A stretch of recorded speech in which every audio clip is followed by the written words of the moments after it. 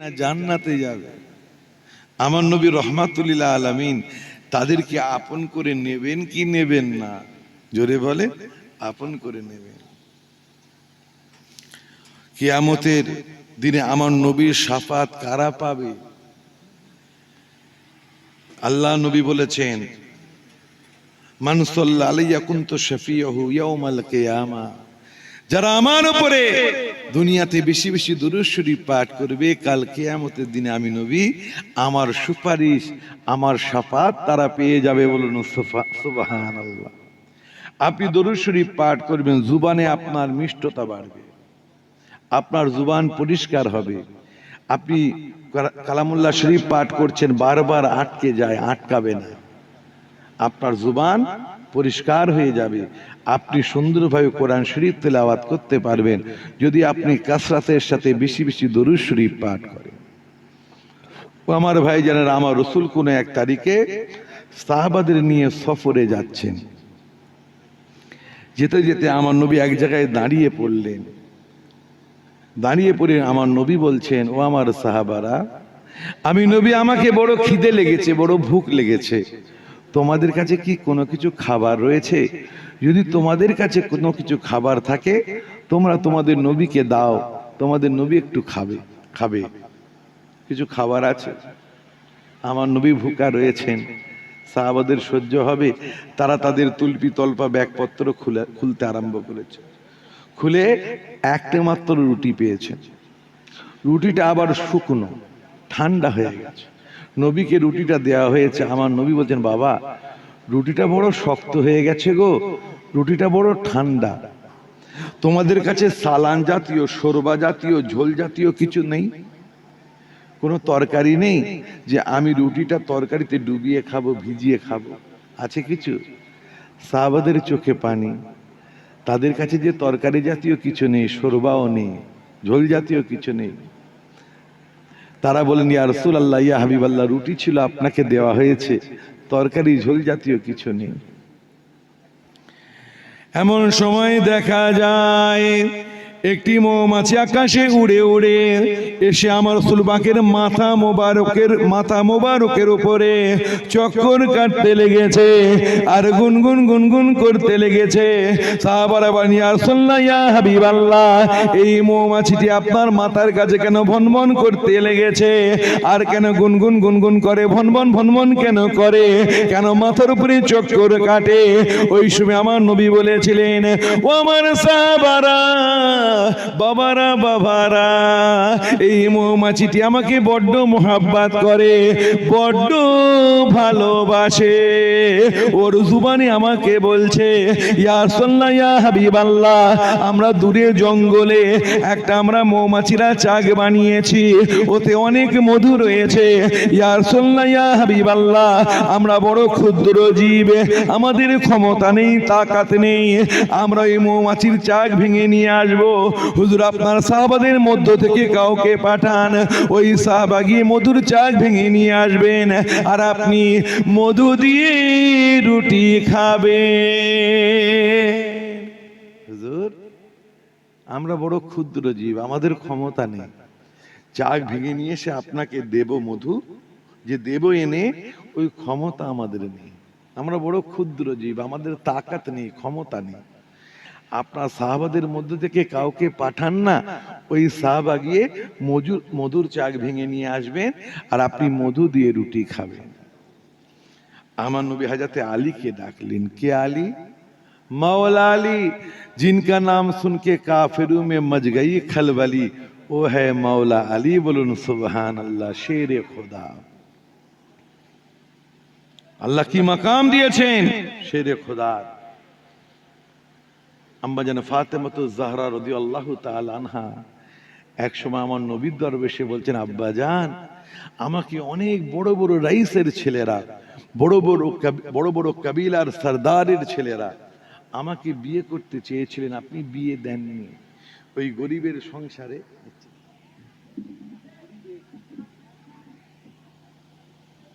সংসার আলীর সংসারে আমাকে যেতে হয়েছে, আপনি বিয়ে দিয়েছেন। আলীর সাথে আমি ঘর করি, বড় গরিব, পরনার কাপড় ঠিক মতো জোটে না, খাওয়া দাওয়া ঠিক মতো জোটে না। এত আমিরের ছেলেরা থাকতে আমাকে এই গরিব এই আলীর সাথে কেন বিয়ে দিলে?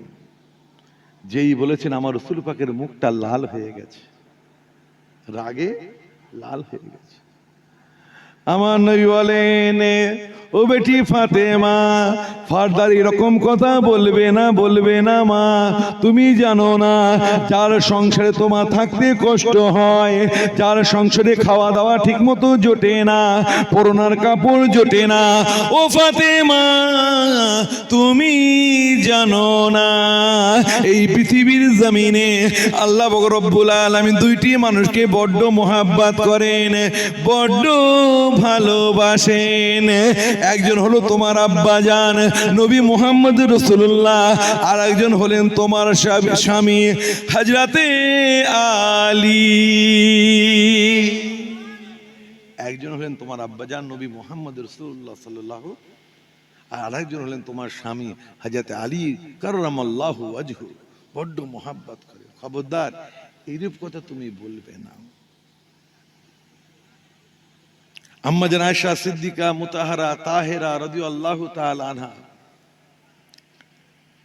আব্বাজান আবু বকর সিদ্দিককে জিজ্ঞাসা করছেন, আব্বাজান আমি আপনাকে দেখেছি আপনি যখন সাহাবাদের ঝুরমুটের মধ্যে বসে থাকেন, সাহাবাদের মাজমার মধ্যে, সাহাবাদের মজলিসে যখন আপনি বসে থাকেন, শেরে খোদা হযরতে আলীর চেহারা দেখতেই থাকেন, দেখতেই থাকেন, দেখতেই থাকেন, আপনার চোখের পাতা পড়ে না।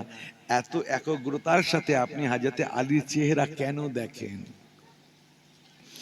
ওই সময় আবু বকর সিদ্দিক বলেছিলেন, ও বেটি আয়েশা, আল্লাহর রাসূল দিন দুনিয়ার বাদশাহ জনাবে মুহাম্মদ রাসূলুল্লাহ আমাকে বলেছেন, ও বাবা আবু বকর, হযরতে আলীর চেহারা দেখাটাও, হযরতে আলীর চেহারার দিকে তাকিয়ে থাকাটাও আল্লাহর ইবাদতের মধ্যে গণ্য।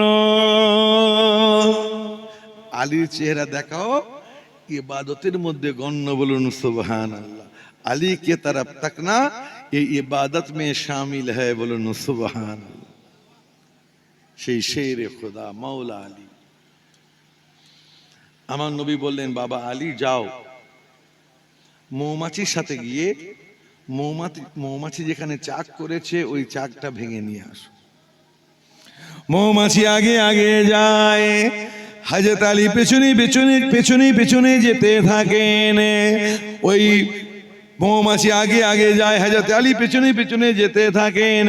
মৌমাছি চাকের কাছে গিয়ে সে তার জুবানে বাওয়াজে বুলন্দ উচ্চ স্বরে এলান করতে থাকে, ওরে মৌমাছিরা, তোমরা তোমাদের কক্ষ ছেড়ে দাও, চাক ছেড়ে দাও, খবরদার খবরদার হযরত আলীকে বাধা দেবে না, দেবে না, দংশন করবে না, করবে না, বড় বিয়াদবি হয়ে যাবে।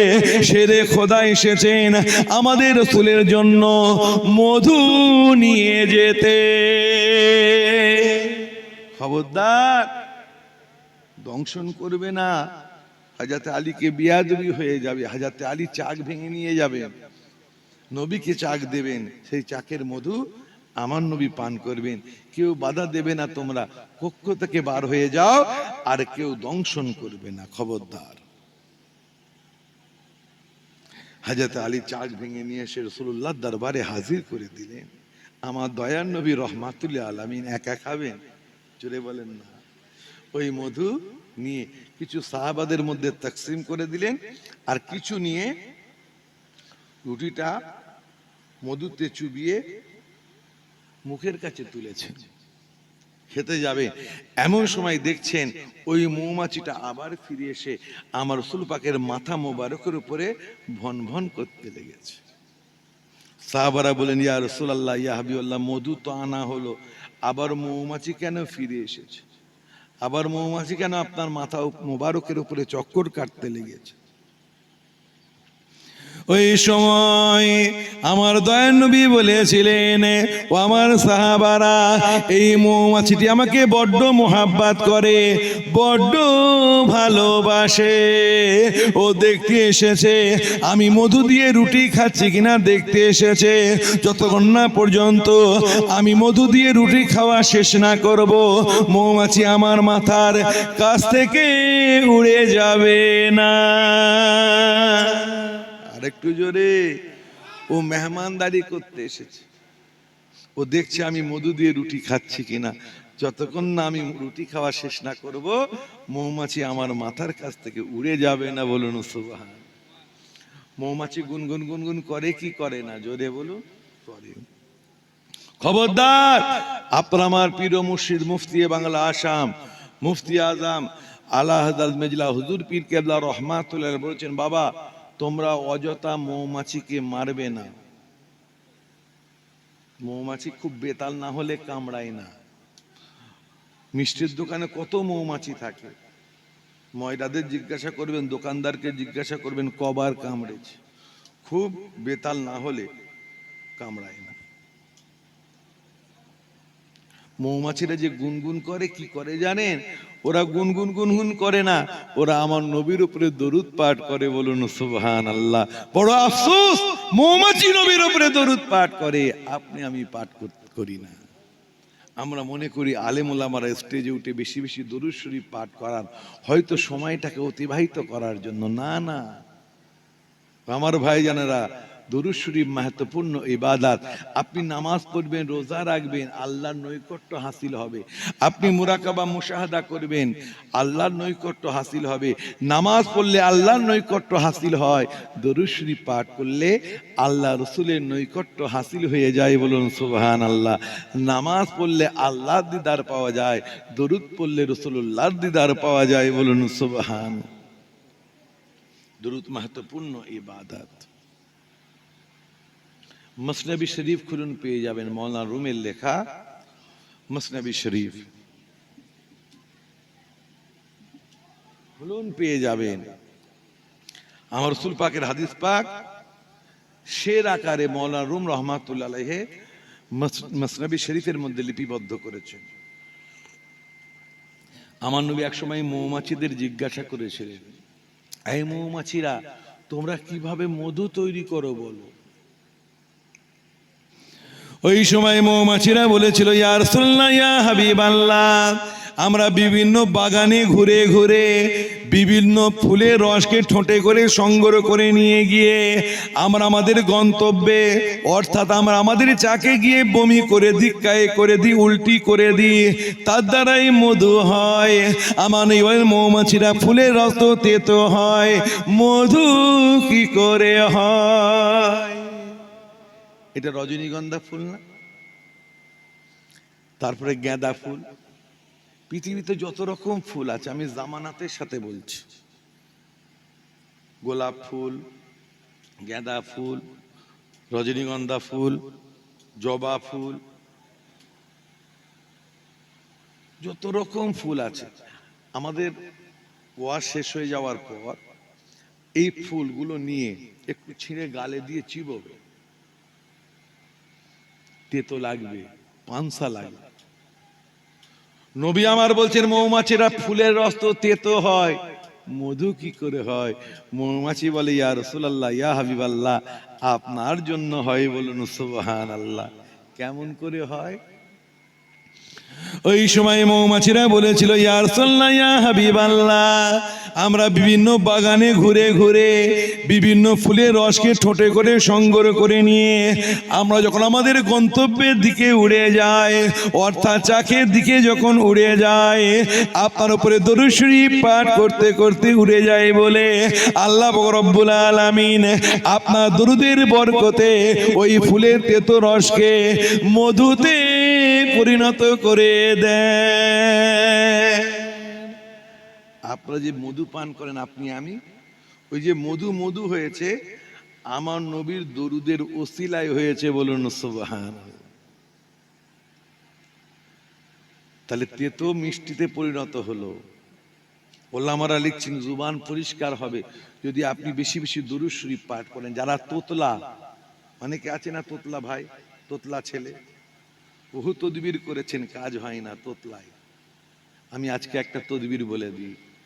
ওই ছেলেটিকে বলুন, ওরে মোহাব্বতের সাথে চোখটা বন্ধ করে আমার রাসূল পাকের মাজার মুবারকের ওই সবুজ গুম্বাদ মুবারকের কথা একটু ইয়াদ করে স্মরণ করে, আমার রাসূল পাকের মাজার মুবারকের সুনহরি জালি মুবারককে স্মরণ করে একটু মোহাব্বতের সাথে ঝুমে ঝুমে ঝুমে ঝুমে একটু দরুদ পড়বি রে, আল্লাহ তোর জবান পরিষ্কার করে দেবেন। বলুন সুবহানাল্লাহ। দরুদ महत्वपूर्ण ইবাদত। ও আমার ভাই জানেরা, কত বড় মাহফিল আপনি দিলেন, কত আলেম ওলামারা সমাগম হলো, কত লাইটিং হলো, কত সাজাওয়াট বানাওয়াট হলো। আল্লাহ দেখবেন না, আল্লাহ আমাদের নিয়াত দেখবেন। আমার মুরব্বী চাচাজিরা, আমার ভাইয়েরা যে জলসাটা দিয়েছেন, আমার বিশ্বাস, আমার ইয়াকিন, এই জলসাটা দেওয়ার পেছনে তাদের নিয়াতের মধ্যে কোনো গড়বড়ি নেই। খালিস নিয়াতেই এই জলসা দিয়েছেন। ময় মুরব্বীদের সবরেস্তানির মাজলিস দিয়েছেন খালিস নিয়াতে, কোনো মনের মধ্যে খারাপ নিয়ত নেই, এটা আমার বিশ্বাস। আপনি কত বড় বড় আলেমদের দাওয়াত করে ওয়াজ করালেন, ওটা বড় কথা না। বড় কথা হলো আপনার নিয়াত। নিয়াত যদি দুরুস্ত থাকে, আল্লাহ আমাদের মাহফিলকে কবুল করে নেবেন। বলুন সুবহানাল্লাহ। আমার ভাই জানেরা, আল্লাহ যদি চান আপনার আমার নিয়ত দুরুস্ত রয়েছে, আল্লাহ যদি চান আপনার আমার হাবিবকে এই মজলিসে হাজির করে দিতে পারেন। বলুন সুবহানাল্লাহ। দেখা জরুরি নয়, অনেক দলিল রয়েছে, এখন দলিল দেওয়ার সময় নেই। এই সময়টা বেশি দলিল দিলে, বেশি কোরআন হাদিসের ডিপ আলোচনা করলে আপনারা বুঝতে পারবেন না। তো আমি যা বলবো জামানাতের সাথে বলবো। মুফতি আজমের বাড়ির ছেলে, মেজলা হুজুর পীর কেবলার পোতা, বাপ কা বেটা সিপাही का घोड़ा, कुछ भी नहीं तो थोड़ा थोड़ा। আমার সুর তাল নিয়ে একটু কষ্ট করে বুঝে নেবেন, পরে দাওয়াত করতে হবে। আল্লাহ চাইলে নেক মজলিসে নবীকে আল্লাহ হাজির করে দিতে পারেন। নেক মাহফিল, আমার দাদা পীর আপনারা গোলাম সিলসিলার মানুষ, আহলে সুন্নাতুল জামাতের অনুগামী অনুসারী আপনারা। পীর মাশাইখদের আমরা শ্রদ্ধা করি, মানি। পীর ওলিয়া আউলিয়াদের আমরা দিওয়ানা, কি ভাই ঠিক না ভুল? বাপের বিরুদ্ধে কথা বললে সহ্য করে নিতে পারি আমরা, কিন্তু আমাদের পীর মাশাইখদের বিরুদ্ধে কথা বললে, খাজা বাবার বিরুদ্ধে কথা বললে সহ্য হবে? হবে না। নবীর বিরুদ্ধে কথা বললে আমরা সহ্য করতে পারবো না, আমরা প্রতিবাদ করব। আমরা হচ্ছে আমার নবীর উম্মাত, আমরা মুসলমান। আমাদের মাথা আমরা কেটে ফেলতে পারবো, কিন্তু আমার নবীর আজমা শান শওকাতকে আমরা কখনোই ছোট করতে পারবো না। ওলিয়া উলিয়াদের শান শওকাতকে কখনোই ছোট করতে পারবো না। নেক মজলিসে নবী হাজির হন, বহু দৃষ্টান্ত রয়েছে। আমার ভাই জানেরা, আজ থেকে 2 বছর আগে হুরুপার শরীফের দাদা পীরের 21, 22, 23 ফাল্গুন সালে সওয়াবে আমি শেষ দিনে আমি বসে রয়েছি। আমার দাদাজান মুফতি আজম আলা হযরত মেজলা হুজুর পীর যে দরবারে বসতেন, যে দরবারে আমার ওয়ালি শেখ হুজুর ফিদায়ে রাসূল পীর আল্লামা নুরউদ্দিন সিদ্দিকী রহমাতুল্লাহ আলাইহি যেখানে বসতেন, সেখানে আমি বসে রয়েছি। কুলপিতে বাড়ি, কুলপিতে বাড়ি।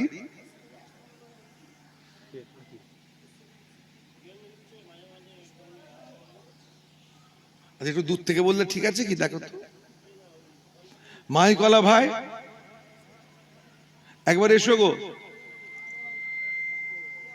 একটু আওয়াজটা সেটিং করে দাও, ভাইদের শুনতে অসুবিধা হচ্ছে। তো ভাই আমার, তো মেজলা হুজুর কেবলার দরবারে আমি বসে রয়েছি। কুলপিতে বাড়ি, কুলপিতে বাড়ি একজন মুফতি সাহেব, আমাদের ফুরফুরা মাদ্রাসায় দীর্ঘদিন তিনি পড়িয়েছেন, খারিজিয়া মাদ্রাসায়। ওই মুফতি সাহেব, তার কাছে তার 6, 7, 8 বছরের, 6 কি 7 বছর বাচ্চা হবে। বাচ্চাটার হাতটা ধরে আমার সাথে এসে সাক্ষাৎ করলেন, আর আমাকে বললেন, ভাইজান, ভাই মিনহাজ ভাই, আমার ছেলেটা গোটা বাসের মধ্যে খালি একটা কথাই বলছে, দাদা হুজুর ইসালে সবে আব্বা আমাকে নিয়ে যাচ্ছ। আমি আমার মায়ের মুখে শুনেছি, আমি ইউটিউবে বক্তাদের মুখে শুনেছি যে দাদা পীরের ইসালে সবে নাকি আল্লাহ রসুল হাজির হন। আল্লাহ রসুল নাকি তাশরিফ আনেন, তো আল্লাহ রসুল কখন তাশরিফ আনবেন? আমি আমার নবীকে দেখব, আমি আমার নবীকে দেখব। আহা, জোরে বলবেন না সুবহান। আমি আমার নবীকে দেখতে চাই। আজকালের ছেলে মেয়েরা পাবজি, ফ্রি ফায়ার, তারপরে বিভিন্ন মোবাইলে খেলাধুলা, মোবাইলের মধ্যে খেলাধুলা নিয়ে মেতে থাকে। ওই ছেলেটি জন্য আমি দোয়া চাই আল্লাহর দরবারে, মনটা আমার খুশি হয়ে গেল, দিল খুশ হয়ে গেল।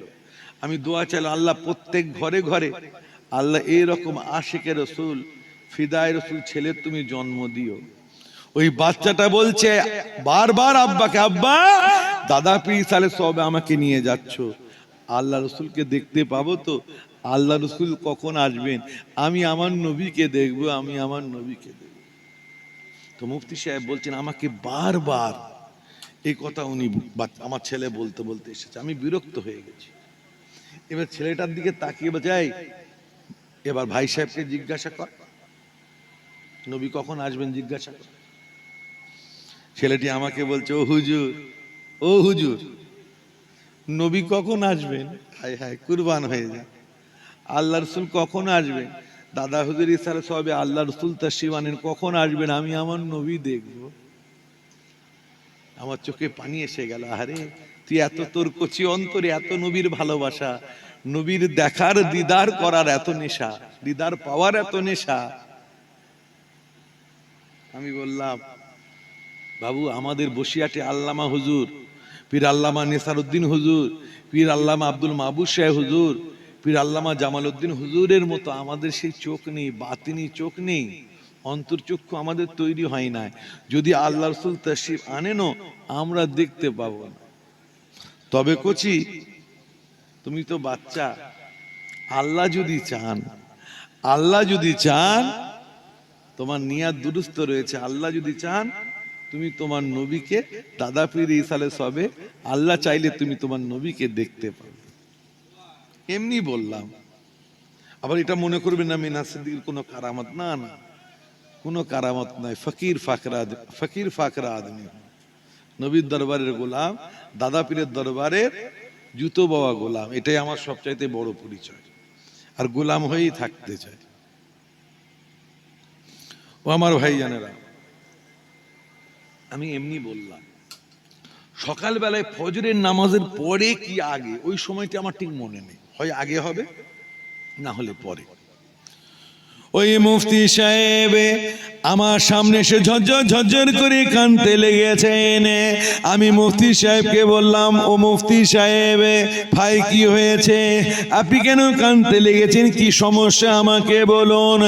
ওই সময় মুফতি সাহেব আমাকে বলেছিলেন, ও মিনহাজ ভাই, আমার ছেলের মনের কামনা বাসনা, মনের ইচ্ছা পুরা হয়ে গিয়েছে। আরেকটু জোরে। আমি ছেলেটিকে ডাকলাম, দেখছি কি দেখেছো, কি ব্যাপার? ছেলেটি ওই সময় বলেছিল, ভাই হুজুর, ও হুজুর, আমি বড় ক্লান্ত ছিলাম, কষ্ট করে বাসে করে এসেছি, বড় ক্লান্ত ছিলাম, ঘুম আসছিল। আমি মনে মনে আল্লাহকে বলছিলাম, আয় আল্লাহ পাক রব্বুল আলামিন, আয় পরওয়ারদিগারে বেনিয়াজ, আয় আল্লাহ তোমার মাহবুব বান্দা দাদা হুজুর ইসালে সব এসেছি, আমি আমার নবীকে দেখতে চাই, নবীর দিদার পেতে চাই, তুমি তোমার নবীকে একটু পাঠিয়ে দাও না, আমি তোমার নবীর দিদার পেতে চাই, তোমার নবীকে দেখতে চাই। তারপর আমার নবীর দরবারে আমি গিরিয়া জারি করলাম, ইয়া রাসূলুল্লাহ, ইয়া হাবিবাল্লাহ, আমি নবীকে বললাম, ইয়া রাসূলুল্লাহ, ইয়া হাবিবাল্লাহ, বড় আশা নিয়ে এসেছি, আপনার দিদারের আশায় এসেছি দাদা হুজুরের ইসালে সবে। আমি আমার মায়ের মুখে শুনেছি, আলেমদের মুখে শুনেছি, আপনি নাকি দাদা হুজুর ইসালে সবে তাশরিফ আনেন, আপনি কখন তাশরিফ আনবেন, আমি আপনাকে দেখতে চাই, আপনার দিদার পেতে চাই। এই বলতে বলতে কখন কখন ঘুমিয়ে পড়েছি জানি না। এমন সময় আমি স্বপ্নের মধ্যে দেখতে পাই দাদা হুজুর সালেহ সবের চারিদিকটা আলোয় আলোকিত হয়ে গিয়েছে। আমি যেদিকেই তাকাই না কেন আল্লাহর রাসূলকে দেখতে পাই। আরেকটু জোরে। আমরা দাদা পীরের সিলসিলার মানুষ, দাদা পীরের মতাদর্শেই এই সালে সব। কি ভাই, ঠিক না ভুল? আল্লাহ চাইলে আমাদের মজলিসে নবী আসতে পারেন কি পারেন না, পারেন, দেখা জরুরি নয়। জান্নাত দেখেছেন? দেখেননি, ঈমান এনেছেন। দোজাখ দেখেছেন? দেখেননি, ঈমান এনেছেন। কবরে আযাব শুনেছেন, পড়েছেন, চোখে দেখেছেন? দেখেন না, ঈমান এনেছেন। ফেরেশতা দেখেছেন? দেখেন না, ঈমান এনেছেন। তকদিরের ভালো মন্দ দেখেছেন? দেখেন না, ঈমান এনেছেন। আল্লাহকে দেখেন নাই, রাসূলকে দেখেন নাই, ফেরেশতাদের দেখেন নাই, ঈমান এনেছেন। আমার আল্লাহ বলছেন ইউমিনুনা বিল গায়ব, বিন দেখেহি গায়েব পর ঈমান লাও, না দেখেই গায়েবের উপরে ঈমান আনো। তার মানে না দেখে একটা বিলিভের ব্যাপার, বিশ্বাসের ব্যাপার ইসলামে রয়েছে, দেখা জরুরি নয়। আল্লাহ চাইলে কি না হয়। আল্লাহ আমাদের, কত মানুষ বসে রয়েছেন, কত বড় বড় বড় বড় বক্তারা ওয়াজ করলো, ওটা ব্যাপার নয়, নিয়াত বড় ব্যাপার। কি ভাই, ঠিক না? আল্লাহ আমাদের শাকাল সুরাত দেখবেন না, আল্লাহ আমাদের অন্তরের নিয়াত দেখবেন। আমার ভাইজানেরা, খলিফায়ে বাগদাদের বাড়িতে, খলিফায়ে বাগদাদের বাড়িতে আজিম ও শান নবীর মিলাদের মাহফিল হবে। অ্যানাউন্সমেন্ট চলছে, ঘোষণা চলছে। বাগদাদের অলিতে গলিতে, শহরে নগরে বাজারে এলান চলছে যে খলিফায়ে বাগদাদের বাড়িতে জলসার মজলিস, মিলাদের মাহফিল অনুষ্ঠিত হবে। এক বুড়ি নবীর আশিকা, নবীর দিওয়ানি, আর তার মেয়ে খবর পেয়েছেন, যখন সংবাদটা পেয়েছেন আর আমিরে বাগদাদের বাড়িতে নবীর মিলাদের মাহফিল হবে, না না না না, বাড়ি থাকা যাবে না, নবীর জিকির, নবীর আলোচনা শুনতে হবে, ঈমানটাকে তাজা করে নিতে হবে। তাই থাকতে না পেরে তারা আস্তে আস্তে গুটি গুটি পায়ে আমিরে বাগদাদের রাজপ্রাসাদের সামনে এসে হাজির হয়েছেন। ভেতরে ঢুকতে যাবেন, দারোয়ান বাধা দিয়ে বলে, তোমরা কোথায় যাবে? মা বেটি বলে, আমরা নবীর মিলাদের মাহফিলে শামিল হব। আজকে খলিফায়ে বাগদাদের বাড়িতে আজিম ও শান নবীর মিলাদের মাহফিল হচ্ছে। হুজুর হাজরাতরা, আলেম ওলামারা আমার নবীর জিকির, নবীর আলোচনা করবেন। আমরা একটু পর্দার আড়াল থেকে, যেখান থেকে রানীরা, রানীর কর্মচারীরা যেখান থেকে ওয়াজ নসিহত শুনবে, সেখান থেকে আমরা ওয়াজ নসিহত শুনবো। আমরা নবীর মিলাদি শুনতে এসেছি। দারোয়ান বলে, দাওয়াতনামা আছে, ইনভিটেশন কার্ড। এখন বিয়ে দিলে দাওয়াত করে কি কার্ড দিয়ে না? মুখের দাওয়াত বড় দাওয়াত, কিন্তু এখন এমনই প্রচলন হয়ে গেছে, যদি আপনাকে কার্ড না দেয়, আমাকে কার্ড দিল না, ওই দাওয়াতে আমি যাব না। আরে কার্ডের দাওয়াতের চাইতে বাড়িতে এসে আপনাকে যে দাওয়াত দিয়ে গেল, ওটাই তো বড় ব্যাপার। কি ভাই, ঠিক না? কিন্তু এখন কার্ড হয়ে গেছে, কেউ সময় নেই, কার্ড পৌঁছে দিচ্ছে, লোক ঠিক করে বাড়ি বাড়ি কার্ড পৌঁছে দিচ্ছে। তো দারোয়ান বলে, দাওয়াতনামা রয়েছে। আচ্ছা ভাই, আপনারা যে এই জলসাটা দিয়েছেন, ইস্তেহার হয়েছে, আমি এক সপ্তাহ আগে ইস্তেহার পেয়েছি, আপনারা দিয়েছেন। তো আপনারা ইস্তেহার ছড়িয়েছেন বা মাইকিং করেছেন, তাই তো? আপনারা কি বাড়ি বাড়িতে গিয়ে কার্ড দিয়ে দাওয়াত করেছেন যে অমুক গ্রামে, সেই শিমুলতলায়, জায়গাটার নাম কি, শিমুলতলা কি মাঠ, এটা কি স্কুল, কলেজ, প্রাইমারি স্কুলের সামনে ঐতিহাসিক সালে সোহাবের মাহফিল, আপনারা ওই মাহফিলে শামিল হবেন, আপনাদের দাওয়াত দেওয়া হচ্ছে। কার্ড দিয়েছেন আপনারা, হ্যান্ডবিল দিয়েছেন, কিন্তু কোনো কার্ড দিয়ে দাওয়াত করেন, ব্যক্তিগত নাম ধরে ধরে ঘরে ঘরে গিয়ে দাওয়াত দেওয়া হয়নি। আচ্ছা, আপনাদের মাহফিলে যদি কোনো হিন্দু ভাইয়েরা আসে, আপনি বারণ করতে পারবেন? পারবেন না। কেন? আমার নবী হলেন বিশ্ব নবী, ওমা আরসালনাকা ইল্লা রাহমাতাল লিল আলামিন, কুল ইয়া আইয়ুহান নাস ইন্নী রাসূলুল্লাহি ইলাইকুম জামিয়া। আমার নবী রহমাতুল আলামিন, আমার নবী বিশ্ব নবী। তো আমার নবীর উম্মাত হিন্দু ভাইরাও, তারাও যদি এই মাহফিলে আসেন, আপনি বাধা দেওয়ার অধিকার আপনার নেই। কেন? আমার নবী হিন্দু, জৈন, খ্রিস্টান, মানব দানব, হাজার সাজার গাছপালা, নাবাতা, জামাদাত, হায়ানাত, সবার নবী, সবার নবী আমাদের নবী, বিশ্ব নবী সরকারে দো আলাম মোহাম্মদ রসুল্লাহ। চিৎকার দিয়ে বলুন সাল্লাল্লাহু। কোন হিন্দু ভাই যদি এখানে এসে শোনেন নবীর তাজকিরা, নবীর আলোচনা, আপনি নিষেধ করার অধিকার আপনার নেই। তো বুড়ি মা বলে দাওয়াতনামা ঠিক বুঝলাম না, নবীর মাহফিল, নবীর মিলাদের মাহফিল এসেছি, দাওয়াতনামা লাগবে বুঝলাম না। বলছে হ্যাঁ দাওয়াতনামা লাগবে। দারোয়ান বলছে দাওয়াতনামা না দিলে, না দেখালে ঢুকতে দেব না। বাদশার খেয়াল, দারোয়ান বলছে বাদশাহ তার নিয়ারেস্ট করিবীদের, নিকটস্থ ব্যক্তিদের দাওয়াতনামা দিয়ে দাওয়াত দিয়েছে। যদি তোমাদের কাছে দাওয়াতনামা থাকে তবেই ঢুকতে দেব, না হলে ঢুকতে দেব না। মা বেটি ঝরঝর ঝরঝর করে কাঁদতে থাকে, কাঁদতে কাঁদতে বলে ও বাবা দারোয়ান, আমাদের কাছে বাদশাহ প্রদত্ত দাওয়াতনামা নেই বটে, খলিফা প্রদত্ত দাওয়াতনামা নেই বটে, কিন্তু আমাদের কলিজার মধ্যে আল্লাহর ভালোবাসা, রসুলের ভালোবাসা রয়েছে। আরেকটু জোরে, আমাদের কাছে দাওয়াতনামা নেই কিন্তু নবীকে বড্ড ভালোবাসি, আল্লাহকে বড় ভালোবাসি। আমাদের কলিজার মধ্যে আল্লাহ রসুলের মোহাব্বত রয়েছে। এটা কি যথেষ্ট নয় নবীর মিলাদের মাহফিলে শামিল হওয়ার জন্য? দারোয়ান বলে ভালোবাসা টালোবাসা অত আমি বুঝি না, আমি হুকুমের গোলাম, আমার চাকরি থাকবে না, কার্ড দেখাও তবেই ঢুকতে দেব, নচেত ঢুকতে দেব না। ঢুকতে দিল না। মা বেটি কাঁদতে কাঁদতে চলে যাচ্ছে। আরে একটু নবীর জিকির, নবীর আলোচনা শুনবেন বলে এসেছিলেন মা বেটিতে, দারোয়ান ঢুকতে দিল না। চোখ দিয়ে ঝরঝর ঝরঝর করে পানি ঝরে। মা বেটি এত কান্না কাঁদেন, চোখের পানিতে সিনাটা ভিজে যায়। বেটির কান্না দেখে মা শান্ত